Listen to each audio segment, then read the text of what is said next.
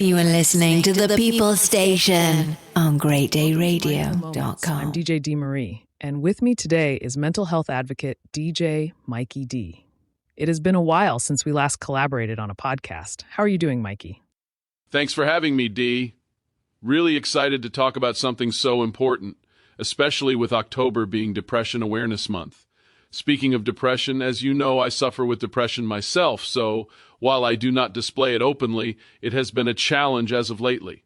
There is so much to talk about. I've started my journey to return to school to achieve my master's degree in social work. It's very exciting.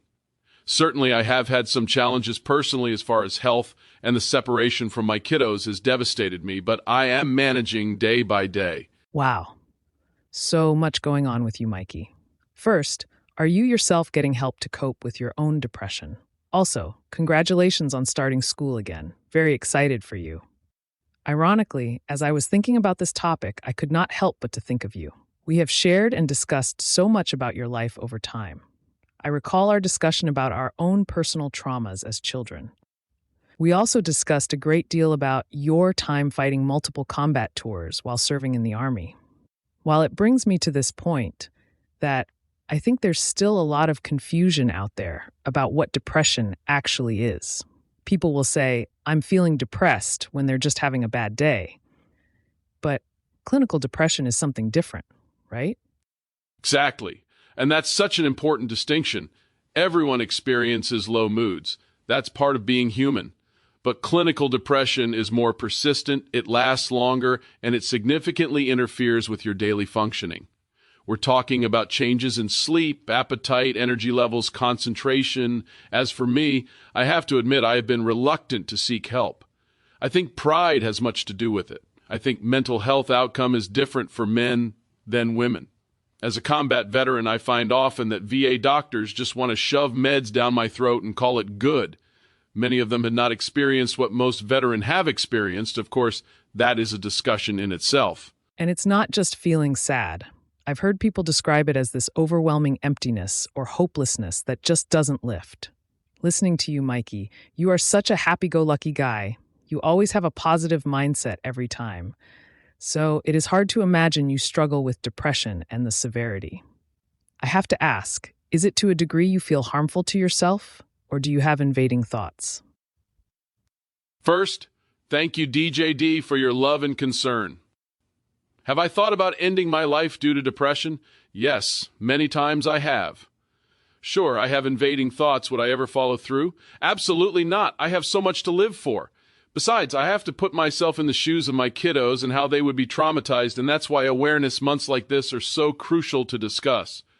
October was chosen specifically because we're heading into those darker, shorter days when many people experience seasonal worsening. It's about preparing communities and reducing stigma. Which brings us to an important point. If someone is experiencing suicidal thoughts or is in immediate danger, they need to call emergency services right away. No hesitation. Absolutely critical. And for anyone listening who might be struggling, I want to emphasize that seeking professional help, such as a social worker, is the first and most important step.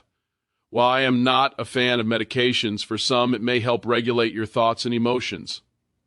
A mental health professional can help create a treatment plan that might include therapy, medication, or both. What about some of the coping strategies people can use while they're getting that professional support? Because I know when you're depressed, even small tasks can feel overwhelming. That's so true. One of the most helpful things is establishing routines, even basic ones for sleep, meals, and physical activity. Something as simple as a short daily walk can make a real difference in energy levels. I love that. And what about the social isolation piece? Because depression often makes people want to withdraw. Mikey, you mentioned that you go into isolation mode frequently. How do you get yourself out of it? Also, what triggers it? That isolation can really worsen depression. Great questions. For me, sometimes I wake up and just feel like shutting the world out. I think for me, it is a coping mechanism from my childhood traumas. It is also how I dealt with stress and losses while deployed during my time in the Army. Of course, having recently gone through a sudden divorce and the separation from my kids and my dogs has triggered me and continues to trigger me. So That is why staying connected with trusted friends or family, even when you don't feel like it, is so important. Support groups can be incredibly helpful too. There's something powerful about realizing you're not alone in what you're experiencing. Wow. Thank you for sharing that part of you. Just know, if you ever feel isolated and need to talk, I am here for you, Mikey. And what about this concept of behavioral activation? I've heard mental health professionals talk about that. Being that you are studying this subject in school, I am positive you will have great insights. Yes, it's about planning small, rewarding activities to counter that lack of motivation. When you're depressed, you wait to feel motivated before you act, but with behavioral activation, you act first, and the motivation often follows. That's such a shift in thinking. Instead of waiting to feel better to do things, you do things to start feeling better. Exactly. And mindfulness practices, deep breathing, these aren't just buzzwords, they actually help with mood regulation. Also, addressing substance use is crucial because alcohol and drugs can significantly worsen depression symptoms. I want to touch on something you mentioned earlier about trauma. How does that connect to depression? Trauma is an emotional response to experiences that feel incomprehensible, and it has a direct impact on both our minds and bodies.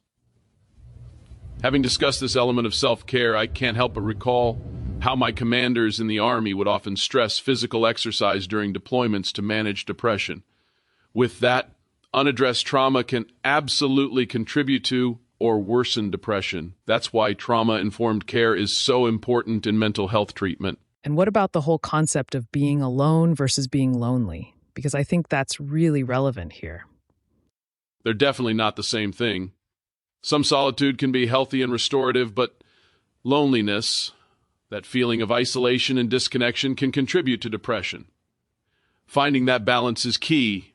I'm also thinking about productivity and happiness. There's this misconception that you have to choose between being productive and being happy, but that's not really true, is it? Not at all. When we talk about productivity in the context of mental health, we're not talking about grinding yourself into the ground. We're talking about finding fulfilling activities that give you a sense of purpose and accomplishment. That kind of productivity can actually increase overall happiness. What about that feeling when life just feels off?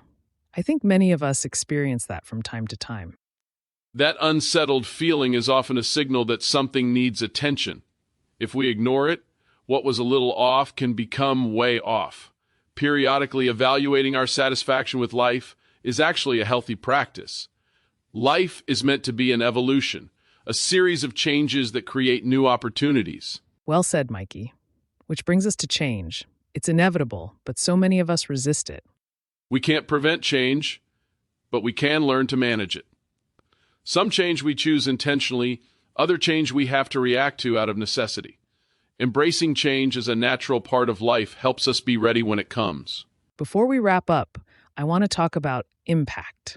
When people are depressed, they often feel like they don't matter or can't make a difference. What are your thoughts, Mikey? That's such an important point.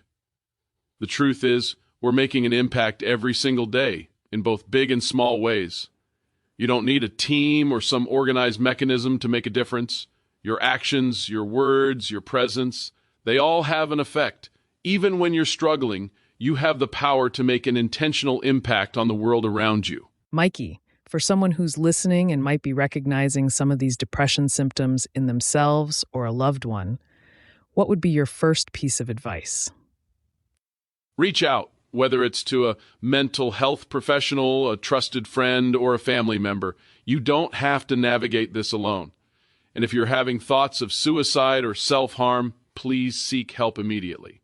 Creating a safety plan, identifying warning signs, coping strategies, and emergency resources can be life-saving. Thank you so much, Mikey. This has been incredibly informative and important. For our listeners, we'll have resources in the show notes, including crisis hotlines and information about finding mental health support in your area.